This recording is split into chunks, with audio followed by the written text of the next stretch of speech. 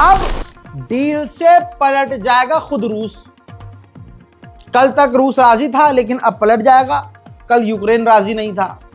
लेकिन भाई साहब बताऊंगा वजह क्या है।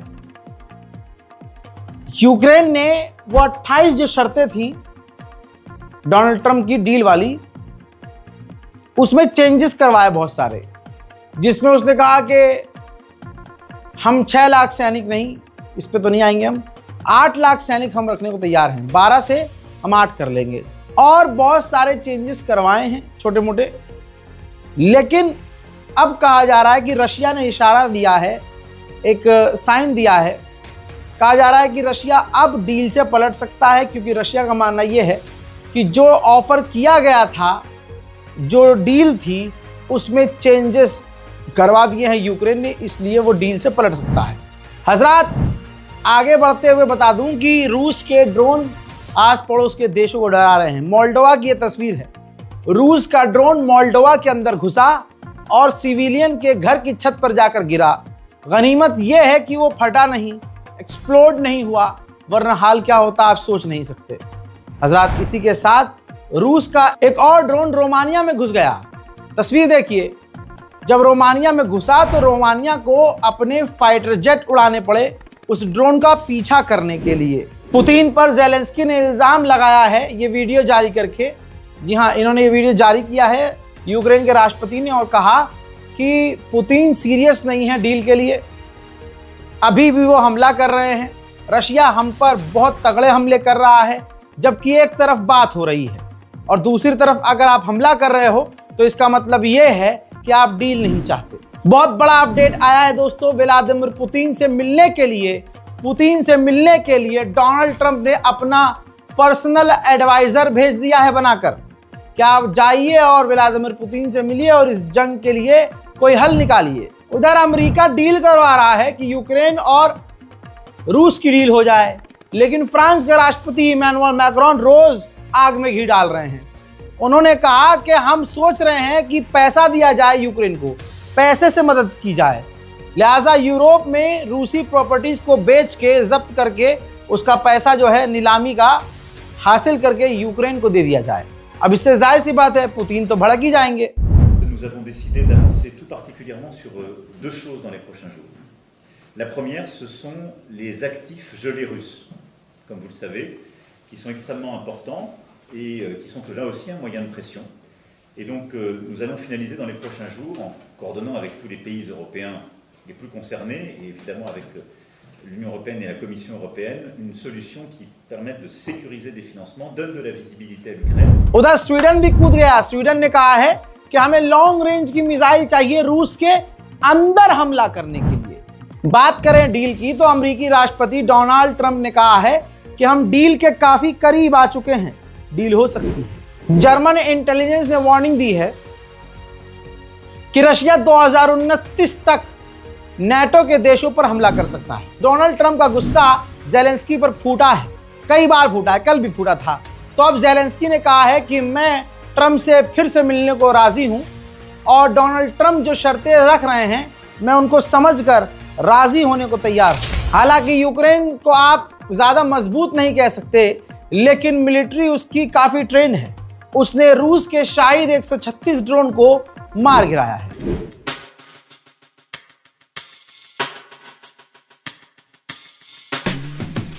आस पड़ोस के देशों को रूस का खौफ है अब, तो फिनलैंड और पोलैंड अब दोनों मिलकर जंग की तैयारी कर रहे हैं। वीडियो जारी किया गया है।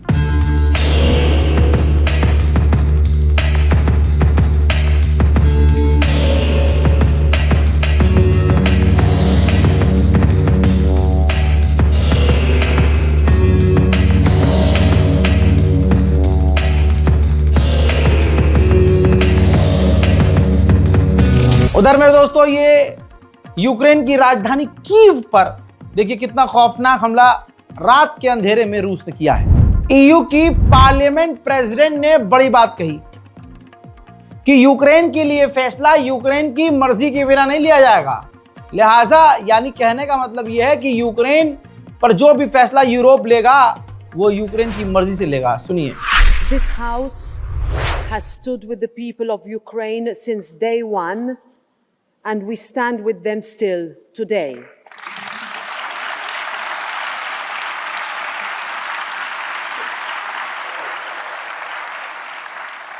We are hopeful and grateful for the good progress being made with a new push in coordination with the United States towards peace. But in Europe, we know that this must be a real peace, with dignity, with justice, and with freedom. And above all, it must be based on the principle of nothing about Ukraine without Ukraine. वहीं मेरे दोस्तों, रूस के विदेश मंत्री Sergei Lavrov ने America का शुक्रिया अदा किया, ट्रंप का शुक्रिया अदा किया और तारीफ की अमेरिका की कि हम काफ़ी खुश हैं कि डोनाल्ड ट्रंप पीस लाना चाहते हैं, डील करवाना चाहते हैं। लेकिन हम ये देख रहे हैं कि कई ऐसे लोग हैं, चीज़ें हैं जो इस डील को, डोनाल्ड ट्रंप के इस डील को ख़राब करवाने की कोशिश कर रही हैं। Our assessments stand. The key proposals from the Trump plan are based on the understanding reached in Anchorage during the Russian-American summit that was held in August. And those principles are generally reflected in the plan, which we have welcomed, as President Putin said. Because after Anchorage, there was a long pause. Now, this pause has ended with this document being proposed. We have not yet been handed this document officially, even though we had received it through informal.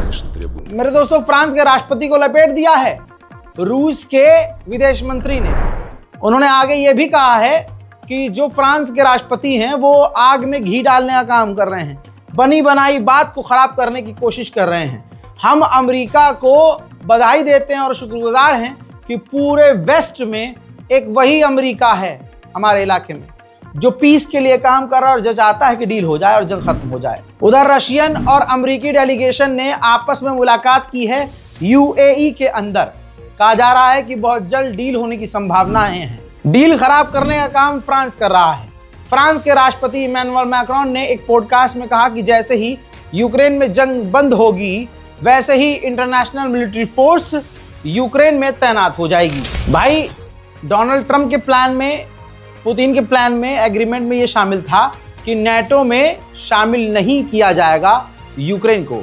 लेकिन अब NATO खुद बिगाड़ रहा है।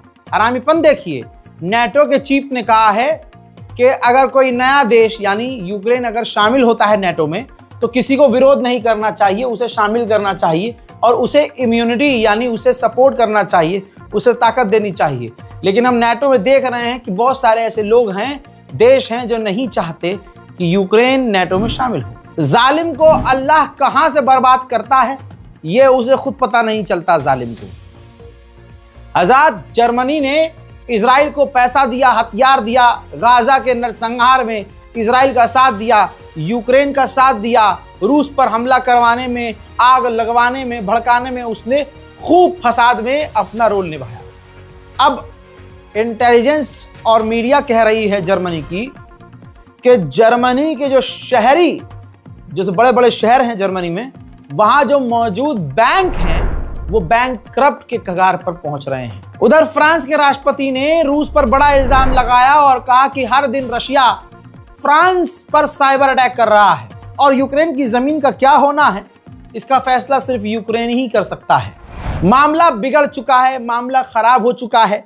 इसीलिए मैंने आपको Ukraine और रूस का भी अपडेट देना शुरू कर दिया है, क्योंकि ये जंग एक अहम मोड़ पर आ चुकी है। आपको अगर ये खबर रोज चाहिए, इसका अपडेट, रूस यूक्रेन वॉर का अपडेट रोज चाहिए, तो कमेंट सेक्शन में बता दीजिएगा। हज़रात मोहतरम, आपकी स्क्रीन पर मौजूद दो चैनल हैं, रज़ाग्राफी सोशल, रज़ाग्राफी एक्सप्रेस। ये काफ़ी अहम चैनल है। कई बार हमारा चैनल डिलीट हो चुका है, जिस वजह से आपको बता रहा हूँ और रिक्वेस्ट कर रहा हूँ कि मेरे इन दोनों चैनल को सब्सक्राइब ज़रूर करें, ताकि भविष्य में कोई ऊंच नीच हो तो आपको मेरा ये दो एड्रेस पता हो कि मैं इन दोनों यूट्यूब चैनल पर आपको मिलूंगा। फिलहाल के लिए इस रिपोर्ट में इतना ही। जय हिंद।